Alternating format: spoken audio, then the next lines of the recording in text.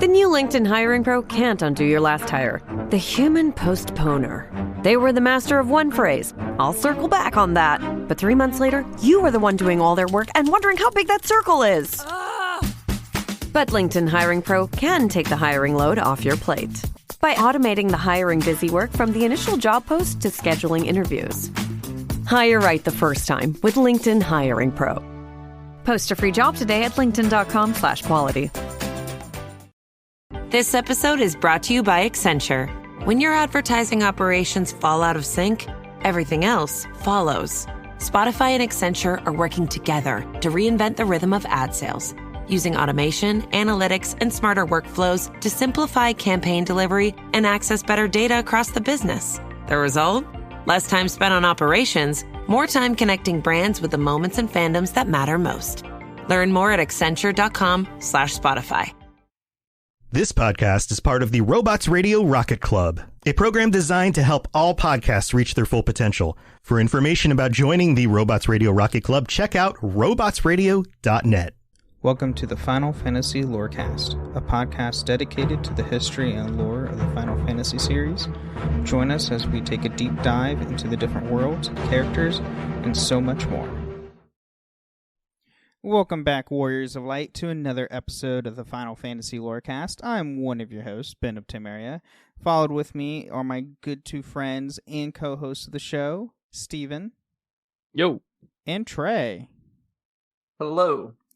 And this week, we are finally finishing up our Season 3 with our very last job deep dive. Hallelujah. Which is, there's been a lot.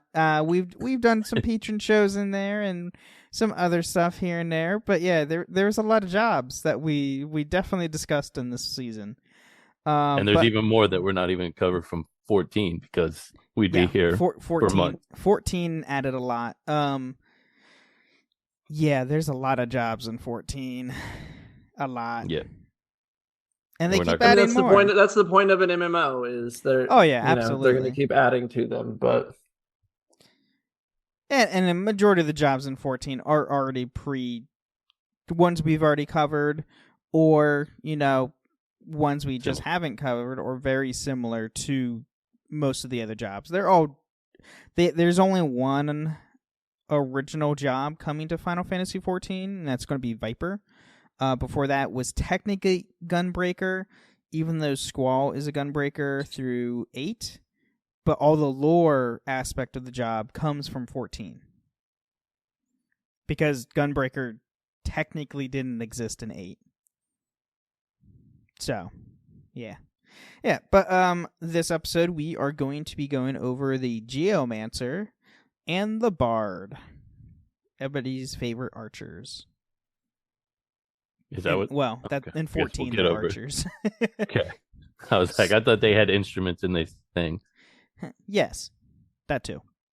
So to kick things off here, the Geomancer is abbreviated as Geo, is a recurring job class in the series. Geomancers use bells as weapons and equip light tunics as armor. They also walk across dungeons without fear of traps, like pitfalls, or damaging floors, like lava. Their signature skill is Terrain, which lets the Geomancer execute a special attack based on the terrain the party is fighting on. So right then and there, the Geomancer is pretty significant. If you say so.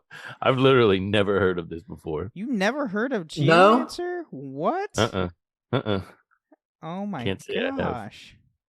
I liked it in 5, and I remember it in Tactics. Are the two games that I remember using. I think it was in Tactics anyway. I know it was in 5. I remember it vividly in 5, but I want to say it was in Tactics. How do you attack with a bell? Is my question. You ring it really loud and it hurts their ears. Yeah, you have to have more cowbell. You do need more cowbell. I'm fascinated by how you attack with it. Right. So with their appearance, they first start and appear in Final Fantasy III. The Geomancer is a job gained from the Water Crystal in the NES version, while it is gained from the Fire Crystal in the 3D versions.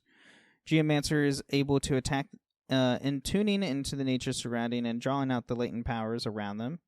Essentially, a Geomancer is like a mage who can unleash powerful magic attacks with no MP cost. Well, So that's right neat. there is pretty cool. Here's magic here's powerful quote unquote magic attacks, but no NP required. I do like that. Right. They feel like earthbenders from Avatar now that I'm thinking about it. Essentially, yes. Essentially, Geomancers are essentially Like I'd never earthbenders. considered it like that way, but yeah, they're earthbenders. Yep. Or whatever benders. Yeah, because they use whatever they're on. Right, whatever terrain they're in. Yeah. So Final Fantasy V, the Geomancer class is attained from a shard of the Shattered Fire Crystal. When in battle, the job makes use of the terrain for various results. Pretty, straightforward there. Final Fantasy VI, Mog's dances learn based on the terrain and activates attacks that incorporate the terrain, such as landslides, sandstorms, avalanches, and so forth. So yeah, Mog can dance depending on what terrain that Mog is on, changes what they're doing, such as if it's like earth-based ground, regular is a landslide. If it's in snow, it's an avalanche, sandstorms, etc. I know it's backtracking, but now in my head, because Steven's totally right, they're just all benders. I want to go play Final Fantasy V and have 4 Geomancers and just pretend they're all different elements. That would be awesome. Ooh, you could totally do. Oh, that's just giving people ideas now to have different runs in the older Final Fantasy games. Geomancer. That's awesome. So now we have Final Fantasy XI. Geomancer, or Geo, is one of the 2 jobs introduced in the Final Fantasy XI Seekers of Odolin expansion. Geomancers command the power of geomancy in the form of elemental attack magic and special magical fields called couleurs. It mentions that innate from a point and bolster allies to any feeble enemies within the radius of effect. Indie couleurs emanate from the body as the Geomancer, him or herself, with the Geo colors emanate from the special objects called lupins. Well, Yeah, I know that one's kind of sound pretty like out there because it's Final Fantasy 11, and 11 is just really weird, and they kind of just made stuff up with that game as it went on. It's like, here's just random stuff. Yeah, that's odd. Yeah. Yeah, just a bit. And then now we have Final Fantasy XIV. So, in Final Fantasy XIV Stormblood, Geomancers do not appear as a playable job, though non-playable Geomancers feature heavily in the Australian storyline. They originate from the Hingashi on the continent of Orthod. Geomancers and Australians are said to be both draw power from the stars, the geomancy focusing on the star below the source itself, and the powers of its wind, earth, and water. Geomancers' abilities and weapons are similar to those of the Conjurers.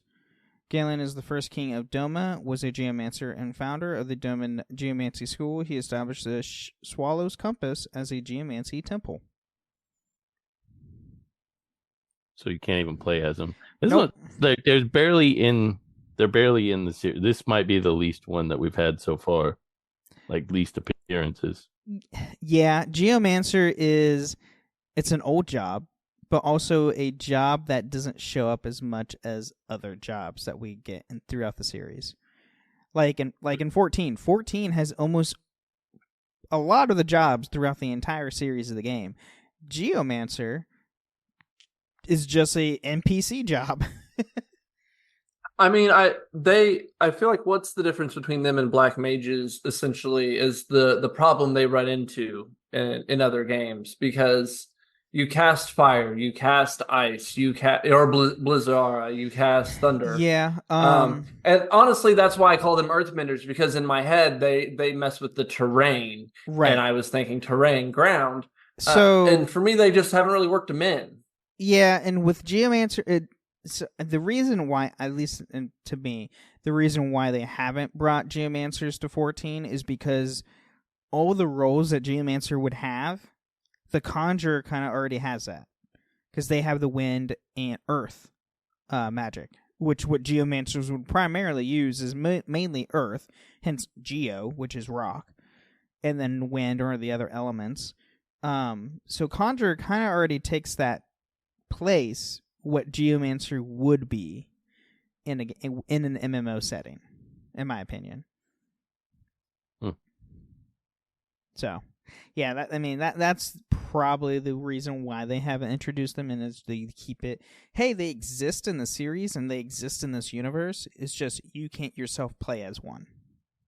Well, I will say, from what I've heard about the different jobs in 14, it doesn't sound like repetition has ever been a stopping point for them when creating a job. They're like, no, it's like it, but with a slight difference. Yeah. It could even be an upgraded version of Conjurer. I was gonna say each job is pretty unique for 14, and it, to me at least, it doesn't feel repetitive. Their roles are repetitive, like DPS, range DPS, tank, healer. Those are all the same, but they all play and they all have their own unique mechanics, which is what I do like. With Geomancer, I feel like it just, hey, here's just Conjurer 2.0. Kind of. I mean, Conjurer sounds pretty similar to or slash Summoner. Or Summoner, or Black Mage, or White Mage, yeah. Right. So it's going to be like in those lungs, but I don't know. But we do have a behind the scenes for the Geomancer. So during the development of Final Fantasy VII, Eris was to have the Geomancer class, but in the finished product is not specified as having a job. As such, Eris can consume with the planet, and many of her limit breaks manifest her as drawing upon the power from the Earth. Yeah, but so she would have been a Conjurer in 14. Yes, because she would, she would have had the rock ability, and she's a healer. Yes, she would totally be a Conjurer. You heard it here, folks, on Final Fantasy Lorecast. Aerith is a Conjurer in Final Fantasy 14. I mean, which is pretty obvious because they go to White Mage, but still. Yeah, she's White Mage in my playthroughs. But yeah, sure. And then prior to the release of Final Fantasy X-2 International plus Last Mission, Square Enix had a Dressphere design competition to have a contestant's artwork turned into a job within the international release of Final Fantasy X-2. One of the finalists, Xavier Garcia, had his Geomancer concept considered, but was ultimately denied in the favor of the festivalist Dressphere. I gotta see this.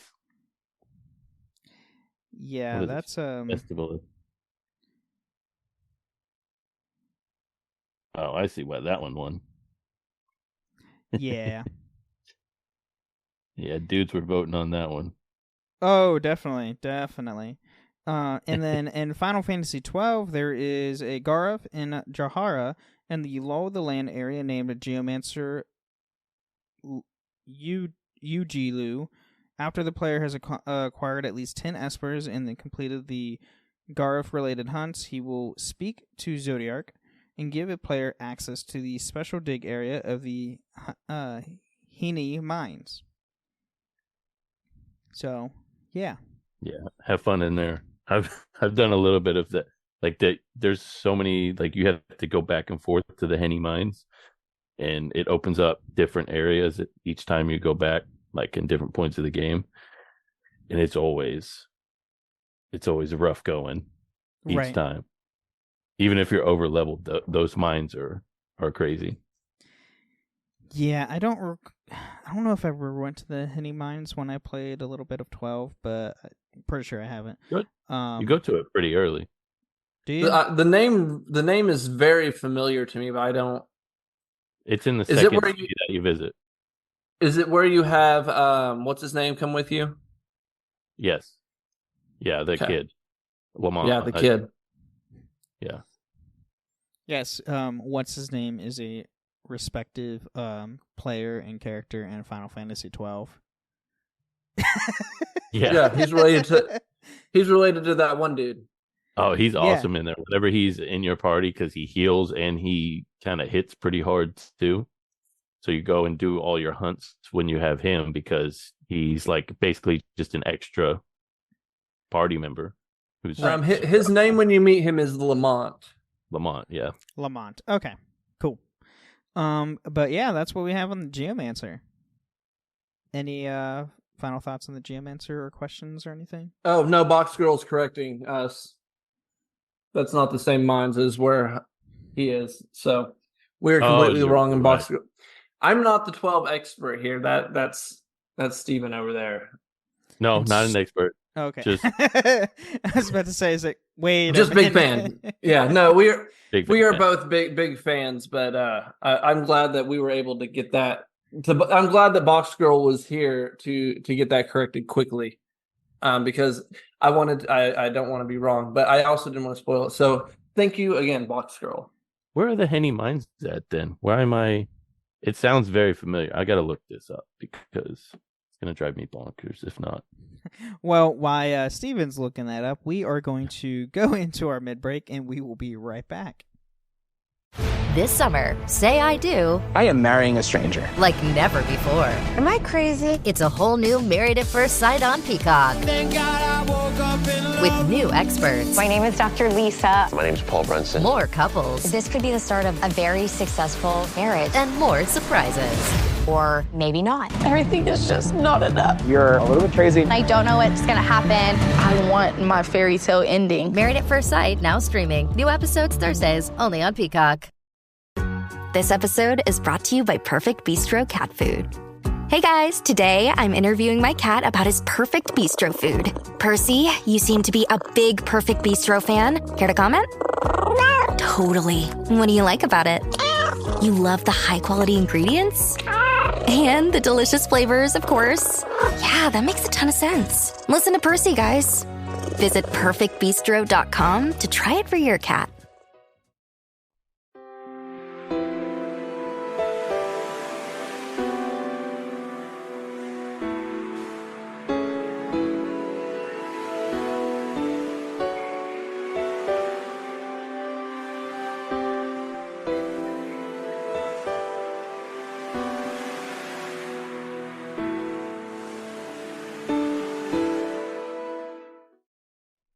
All right, welcome to the mid-break of the show. We're talking about everything with the podcast that has nothing to do with the lore of Final Fantasy. Here, we want to thank all of our patrons supporting us. Thank you so much.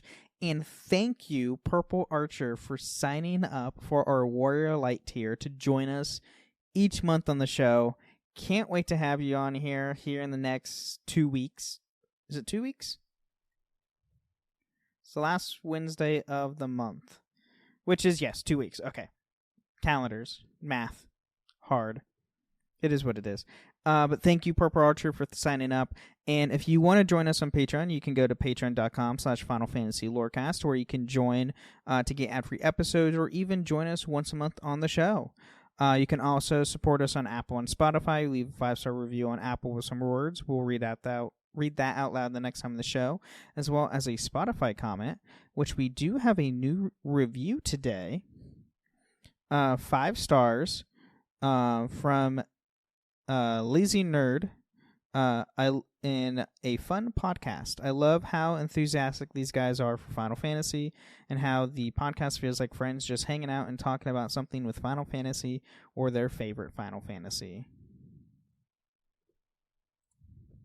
Thank you, Lazy Nerd, for that awesome 5-star review. And yes, we are just a bunch of guys who are friends and just hanging out talking about Final Fantasy, because Final Fantasy is great. It is. Especially 9. And 14. And you can also support us on Spotify as well with a nice comment with some words. We don't have any of those out this week. Trey, do you have something to say here? Oh, no. I'm still, I was going to shout out Purple Archer and Boomhauer for both being on like chapter 7 to 9. So is everyone just like, are we all just in that 7 to 9 range? Is that where everybody's just at the moment? That's where I'm in our little circle? Except for Steven. I just made it to 4. He's about 3 chapters behind us. Yeah. Other than him. Other than Steven. It's okay. And yes, Boomhauser, I can, if you want to hop on tonight around 10:30, 11 p.m. tonight Eastern Standard, I can invite you to the free company. I have this show. Once I'm done with this show, I go to do the Wizarding World. So once I get done with that and editing my shows, I can get on and add you. I can ping you on Discord, so that can work.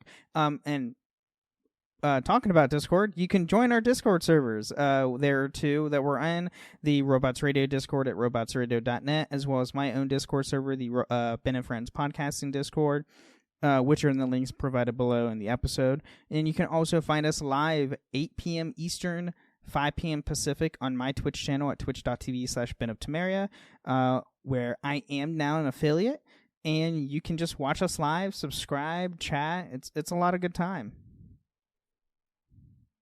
Do you guys have anything else to add? It's a good time, you're right. Yeah. That's all. I mean, no, I'm just ready. Bard, I'm ready to get into bards because the older I get, the more I appreciate them. Yeah. I found the henny mines before we get started on bards. So let's get back to it. All right, let's get back to it.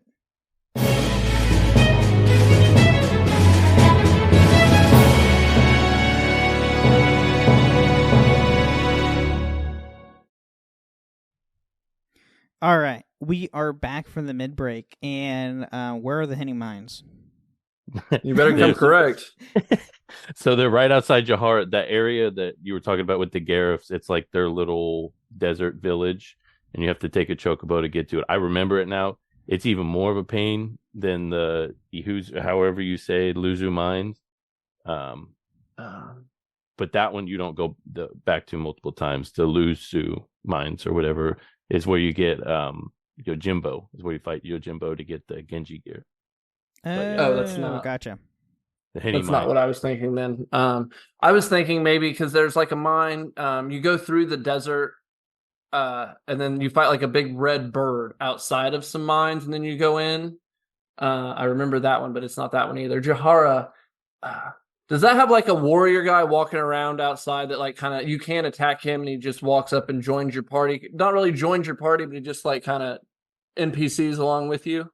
I think he helps you out on one of the. He follows you on a hunt. He doesn't do anything, but yeah. Okay, so I'm at least thinking of the right area, but I don't remember the mine specifically. So clearly, I need to add 12 to my replay list. D'Artagnan, yeah, those are the ones right outside of like that first city that you start in. You go through that secret little tunnel. If you take a wrong turn past the T-Rex, and if you do it at the beginning, you get wiped out like right away. The little flawns take you out with the quickness.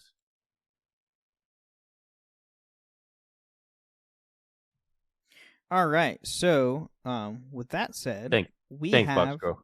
Yeah, thank you so much for correcting us. We now have the Bard. So, the Bard, sometimes abbreviated as BRD, is a recurring job class in the Final Fantasy series. Bards are characterized as wearing lightweight tunics and feathered hats. The Bard's signature weapon is a harp, but they can also be able to equip other types of instruments, especially in the recent games. Their ability is Sing, which allows them to sing and play songs with various effects. These songs usually boost the Bard's party in battle, but some songs target enemies instead. Another ability attributed to the Bard is Hide, which allows the Bard to hide in battle. Because you don't want to have your person who's singing and buffing you to be attacked. Kind of hard to hide whenever you're singing. That's true too. That's fair. That is fair. Little plot hole. Well, that's why it's a skill. And that's why it's also not anyone can do it. That's why it's also called game mechanics. That's true. Very Dandelion of the Bard, though, to hide. Exactly. Yes, this is literally the Dandelion class. If you don't know who I'm talking about, go read The Witcher or play the games because Dandelion's great. Or Yaskier in the Netflix your shows. other podcast. Also part of one of my other shows that I'm part of. When hidden, a Bard cannot perform actions but is invincible. In some games such as Final Fantasy Tactics, only males can be bards, females become dancers. In the majority of games, however, either sex can be a bard. Bards often oppose dancers in utility. Bards focusing on supporting the party and providing beneficial status effects on them, while dancers focus on supporting the party by inflicting negative status effects on the enemies. So, I mean, right there, it's like a synergy effect right there. Bards buff yourself and your party. Dancers do the complete opposite and debuff enemies. They distract your enemies. Yes. So with their appearances, they do appear just like the Geomancer in Final Fantasy III. The Bard is the job class gained from the water crystals. Bards can use Sing ability to support their allies, or in the 3D versions, deal damage to their enemy. It's the same question I have with the bell. How does this? How does singing? It's called wailing, like a banshee. I guess. Yeah. That's wailing as like a banshee. That's what deals Have you never damage. watched? Have you never watched pro wrestling? If you hit somebody with a guitar, it knocks them out. That's true. Yeah, that is true. You have Final Fantasy IV. Edward is a bard whose bard songs produce various effects. Edward is also subject to character the famous quote, "You spoony bard." Yes. The most famous Final Fantasy quote. You spoony bard. Let's mosey. That was a translation thing, right? A localization that they... Yeah, I think so. You spoony bard. There we go. How long are we into the podcast? I'm surprised it took this long. Good. I'm so proud of you, Ben. Good for you. We got past the mid-break even. We did. So now we have Final Fantasy V. The Fire Crystals leaves behind a job that grants the Bard class, but cannot be obtained until further on from a chocobo. The Bard uses songs with various effects in battle. Most of the songs are learned from talking to people in different towns. If the player has played all the pianos, the Bard can be learned from the last song. So, play the piano, everyone. Yeah. Just like in just like in Rebirth, just go and play the piano. It's great. I did the same thing that I did on the original and just pounded the thing. I was like, that'll do. There we go. We got it. I'm not making a song here. What are we doing? Now we have Final Fantasy X-2. The Songstress dress sphere is acquired in the Chapter 1 and plays an important role in the storyline. The Songstress Sing's ability grants special effects to the party, while Dance can hinder the enemies. What a jump. From 5 all the way to 10-2. Right. Yeah, the Bard doesn't really appear after 5 until we get to 10. It skipped 10 it skipped 5 games. There's a reason why these 2 jobs are the last ones that we're doing. The bottom of the barrel for it. I feel like 9 could have found a place for a Bard. Somewhere. The musicians that play on the theater ship. It's the only thing. But but right there, boom, that's perfect. Like they very could have easily had a Bard if they wanted to on 9, but it wasn't important enough, which I'm not upset about. Yeah, they could have had, instead of having 2 summoners, have a Bard in there instead. That would have been nice. Now we have Final Fantasy XI. The Bard, or BRD, is a job attained by the character upon reaching level 30. It uses songs to boost parties' effectiveness in battle. In every district or city of the town, at the least one Bard NPC who, for 10 gil, will allow the player to rewatch past cutscenes. There's another Bard NPC that will change the player's title to one they previously had. The alter ego of Ultima and Joshim are Bards. Just like Olmia. Yeah, it's not Ultima. Olmia.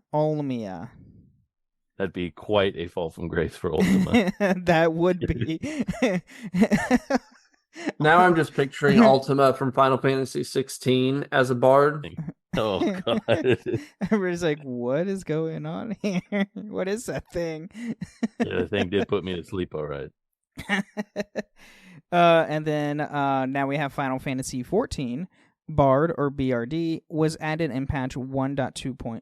1.21 to be a job specifically for the archer class. It gets extended archer abilities and able to perform songs to offer a range of different stats improvements for the party. So this is where the archer, like the weapons come in play with 14, because you can't use a harp to deal damage. That you know of. You can bonk somebody over the head with a harp or turn them into Swiss cheese in a cartoon. Fair point. And then Thrankrid Waters claims to be a bard, though he never exhibits the bard abilities in battle, instead acting as a gladiator, rogue, or gunbreaker throughout the story. So now I'm just wondering, is there a class or a race that would have like thick enough fingers that you could have like a bladed harp or like a metal harp, and he could play it, but it also just could swing it and slice into people? Whatever that didn't have as thick a skin. Get an I'd just get an artificer. Yeah, I'm sure you can make that happen. Yeah, just saying. Yeah, they could do it. That's Final Fantasy. I like the archer idea better, so that they actually have some usefulness outside of singing, dancing. Right. And then cool. It goes with the ranged also. Yes. Exactly. It's also range DPS. And then last but not least, we have Final Fantasy 16. So bards are traveling musicians who entertain the gatherings and also inform the illiterate public by relaying events and tales in the forms of songs. The bards are styled as a recurrent job class in the Final Fantasy series, particularly Edward from Final Fantasy IV. Before the bard at the Hideaway is named, he is styled as the Spoony Bard. I don't remember that at all. I do. Where were the bards in 16? In the hideout, it was in the tavern. I'm pretty sure. Oh yeah, I didn't go when you're in the hideout. I didn't go in there very much. What? Every mission, I go back to the guy who records your events because you level that up. Well, both times you went there? Oh yeah, I went to that guy. Yeah, but you constantly go. You have to go to the tavern to get to him during the before the hideout was originally destroyed. It's fine. It's been long enough. If you haven't played it yet, I'm sorry. The game came out last year. Yeah. It's fine. So yeah, that's what we have on Bard. So great stuff. Honestly, I now realize what the spoiler is, but I was like, man, what did he say that was even a spoiler? Because there's nothing, you didn't spoil anything. Nothing at all. Within the first few hours after the prologue, so you could. Right. Yeah. And it's not even like you specified anything that happens. Nope. I could if you all want me to. I'd totally spoil everything if you want. It wasn't even that big of a deal in the game. They're like, oh man, we got to move. That's a fair point. That's fair. I mean, I think yeah. Honestly, and the new hideout was better anyway. Yeah, it was. It was awesome. So yeah. But yeah. They're not my favorite. That's all I have on bards and geomancers. Do you guys want to add anything before we head out? No, I purposely did not listen to last week's episode because I hadn't made it far enough into Rebirth yet. But now we're at the end of the episode. Maybe we could talk about what happens between up until chapter 4. I want to discuss how, when I first booted up. So spoilers for anybody who hasn't made it to the grasslands yet. My thoughts on it were, it stressed me out when I first got to the grasslands, and it's like you have all this to do, and I kind of hated how it didn't really feel like Final Fantasy when I first was walking around there, because there's so much new. You know what I mean? That's fair. It was all completely different. Other than I was like, oh yeah, here's the giant snake. That's about the only thing that I remember.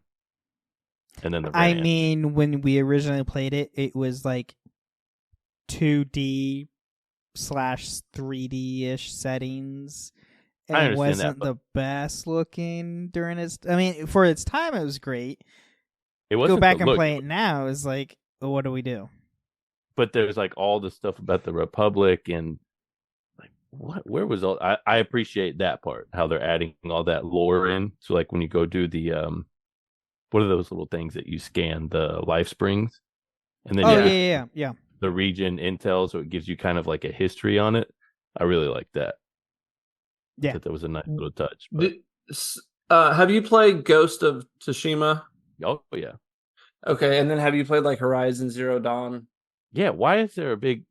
Are you seeing that? So, well, I'm saying so. I think a lot of it is so you go out into the grasslands and boom, there's all of these dots. You have all of these objective things you have to do, and just all over the screen, everything just kind of tells you what to do. Yeah. And I think I would enjoy it if it was more like Ghost of Tsushima, where it was on the screen there was nothing. It was pretty well blank, right. And the wind would like blow in directions of objectives. Yeah. And it just made it feel a little more natural, and it wasn't like okay, you're in this area now. You have to do if you want to complete this area all the way, you got to do all of these things. Yeah, and then keep going. It feels like a checklist, right? And it is nice because we get to experience everything. We don't miss anything, and so it's not like we talk about Beck's gang thing, and you're like, oh, I didn't even run into them at all, or or the ones coming. I don't know which ones you've done and which ones you haven't, so I don't want to say anything else. But like the Bex guys, I finished everything. Right. But in making sure we don't miss things, it keeps us on the rails, and it doesn't let you get that exploration side of Final Fantasy, because even though there's all this area, it tells you where to go. You're not exploring; you're just going to points. So they could do like when you complete something in the area. It has that like row of dots and one fills in whenever you complete. They could have even done something like that, but not give you the specific location on the map where all the objectives are at. Because I looked at it and I was like, God, that's a lot I got to get done. It didn't ultimately take as long as I thought it would. But so far that I've seen and played, the Grasslands has the most. Well, that's good. The starting area had the most of like objectives and side stuff to do, where the other ones have less. The terrain's more complex, I will say. Especially Juron is a lot more complex. Chocobo. Chocobo. Yeah. God, I hated that. But besides that, I mean, I'm okay with having the points on the map because, I mean, yes, it takes away from the exploration part of sides, but the thing is, there's a lot in this game, and that's why there's a lot of those pinpoints. Compared to, like, Ghost of Tsushima, there was no mini-game. There was, like, one mini-game, which was the bamboo chopping. Yeah, that was cool. That was literally it. Other than that, is just the whole point of that game was exploration, where this is a legitimate, like, everything is tied to a story somehow. Even the objectives on the map that you do through the on each map have something to do with the story. Yeah, I think I'm with Steven on this one. I would prefer that when you first left Midgar in the OG, and you had that, and it was the world map, and you could just go wherever. That was an experience. Like that was a feeling, and that was like, wow, this is cool. This is neat. Yeah. And you have Chadley, so maybe like if you wanted to have the hints or the markers, you could pull up your menu and hold down square to ask Chadley, and he would say, "Oh, you have such and such in 300 meters to the north," and then it marks it. It marks the closest objective you have on the map for you. I think there were ways to maybe make it feel a little less cluttered, a little less checklisty.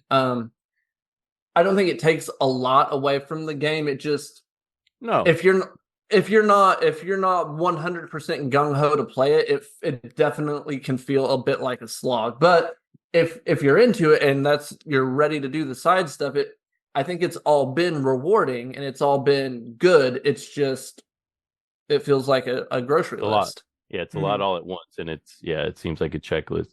But you know what I do, and I know I'm going to be alone on this, but I miss random encounters because like running around and then being able to see the enemies before and being like, I don't want to fight those elephant things right now.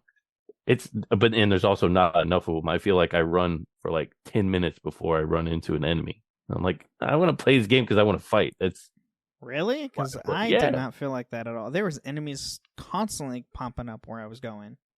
Once you get a little further, I was with you until I got a little further in. Once you get past chapter 4, it opens up a little bit more with enemies. But I remember specifically thinking, man, I just want to get in some fights. I love the combat, and I'm not getting enough of it. So I went and did all the Chadley stuff. But I only did it because I was itching to do the combat, and I wasn't getting enough of it at first.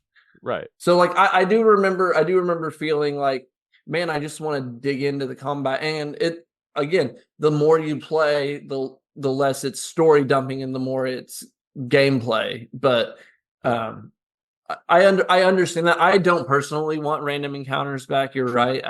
I like that, but I did enjoy it more when I had enemies fight, and now I'm running away from them. But I like having that option.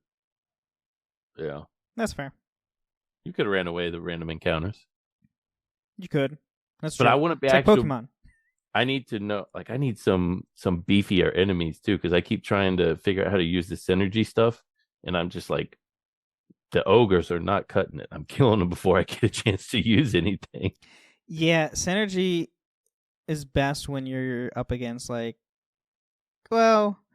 there's quite a few enemies that you'll face in Junon that are stagger heavy, I think. Yeah, definitely. You don't do a lot of damage until you stagger them, and then it kicks in. Yeah, and then that way you can build up this synergy between characters and whatnot. I don't want to seem like I'm not enjoying it. I'm enjoying the game. I just had a couple of gripes that I wanted to get out there. It's a beautiful game. Oh, it's sometimes gorgeous. I'll just sit and pan around and look at the landscape because it's a beautiful game. Yeah, absolutely. But with that being said, I think our time is up. Anything else final before we head on out? No. No, I got it off my chest. All right, cool. Well, thank you for listening to the Final Fantasy Lorecast, and remember, oh wait, that's the wrong one. May the crystals guide you. Thank you for listening to the Final Fantasy Lorecast. You can find us on the Robots Radio Discord at robotsradio.net. You can find us on Twitter at FFLorecast, and you can email us at fflorecast@gmail.com.